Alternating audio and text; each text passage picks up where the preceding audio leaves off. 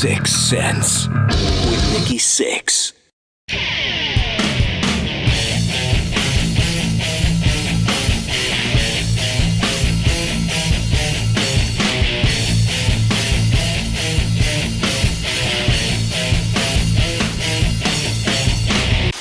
It's Jenn and Nikki Sixx. It's Sixx Sense. We are at the Alternative Press Music Awards in Cleveland, Ohio, and we have the honor of Mr. Rob Zombie being on the show. Hi, Rob. Hello. How are you? I'm good. So congrats on the Vanguard Award. You 350,000% deserve it. Thank you. Yeah. You Thanks. excited to be here? Yeah, it's great, you know. What the hell? It's nice to get out of the house.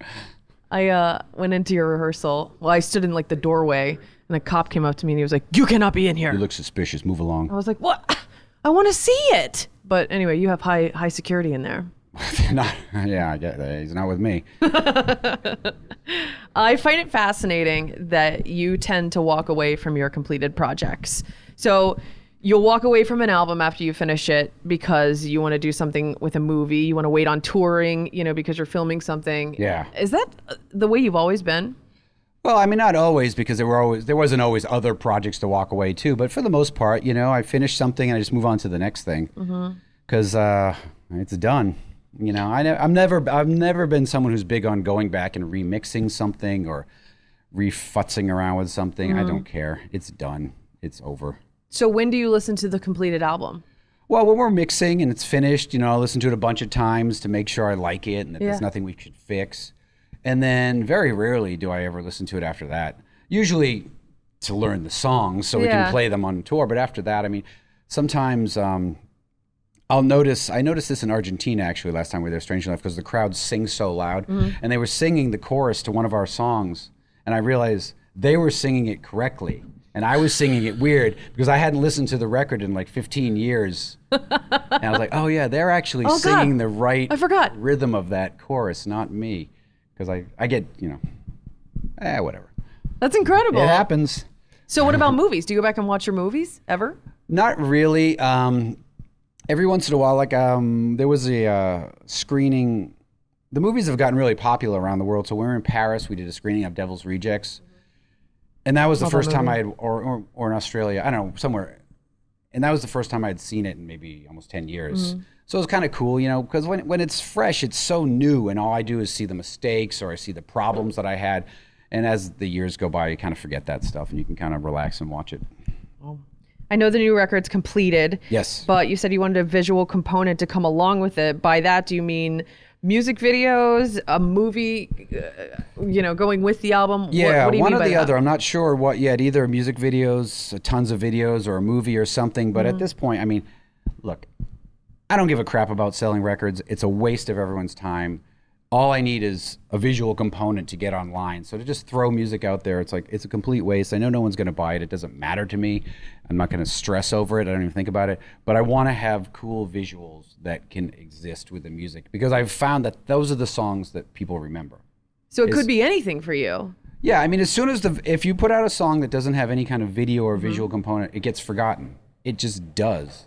Go to iTunes and look at every single artist. If there was a video for the song, it's a big seller. If there wasn't, nobody. It's just weird that way. People are so visual because they want to watch it on their phone. They want to watch it on their computer. Nobody ever just listens to things anymore.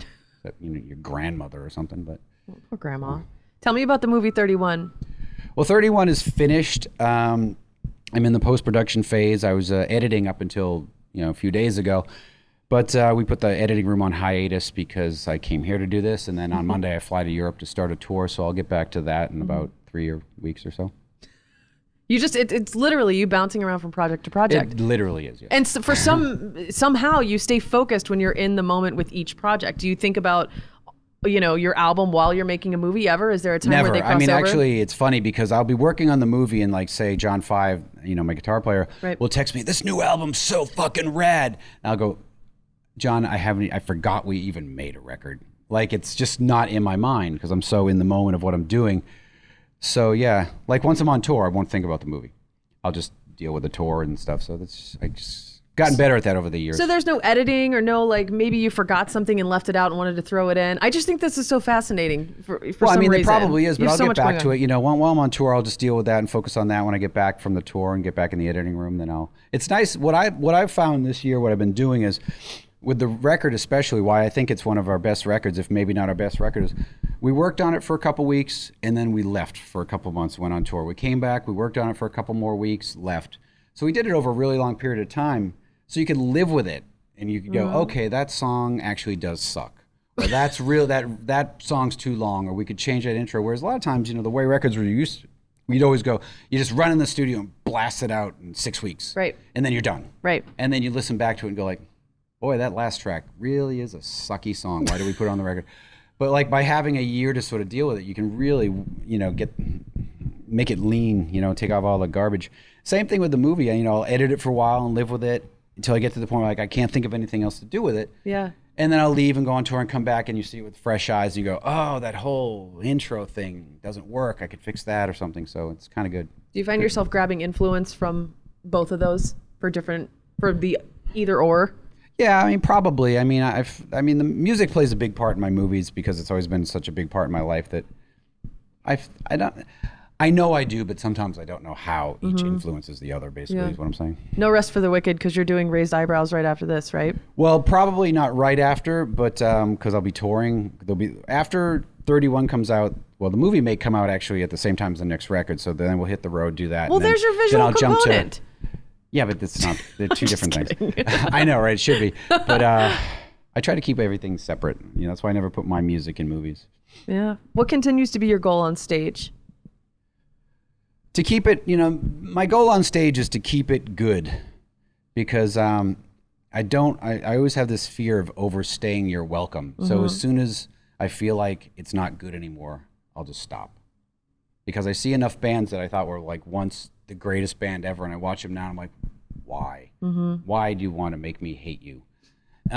Especially when I know they have money. If you're broke, I get it. Right, you got to pay the rent. But that's the thing, yeah. And I tell the band that all the time, like, guys, as soon as it ain't good, it's over. That. I love honesty like that. It's beautiful. But the problem is you have to hope that you can recognize that. Absolutely. Yeah. That, like, you're not the 75-year-old guy in leather pants going, what? These still look rad, right?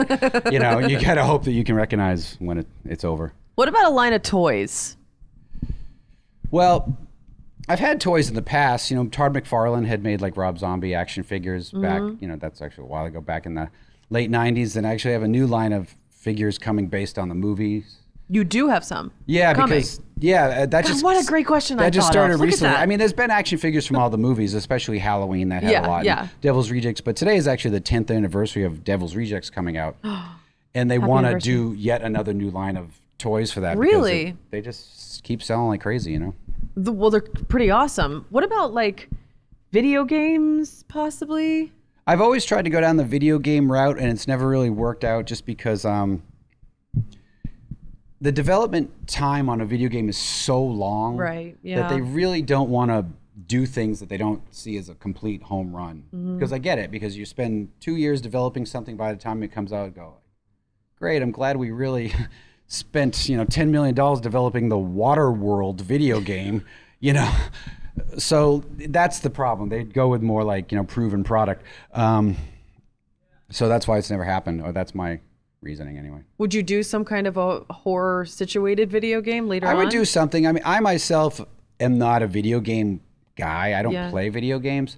There was a point about 20 years ago or so, someone gave me a free whatever, wasn't a Nintendo or something else, and I would get hooked playing these games. One day I was like, this is insane. I'm wasting my life, and I literally just threw it in the trash and never played them again, because I just thought I couldn't figure out the point. Yeah. Like if at the end of it, you go, oh, I finally got to the 10th level, like money just suddenly fell out of the game. I'd be like, I get it. Now I know why people play Grand Theft Auto. But to just you don't get the car in the end. Well, you're like, I know people who have kids and like my son plays video games freaking 12 fucking hours a day. I'm like, that's going to get him, unless he's brilliant and he's going to be a programmer, he's going to be unemployable.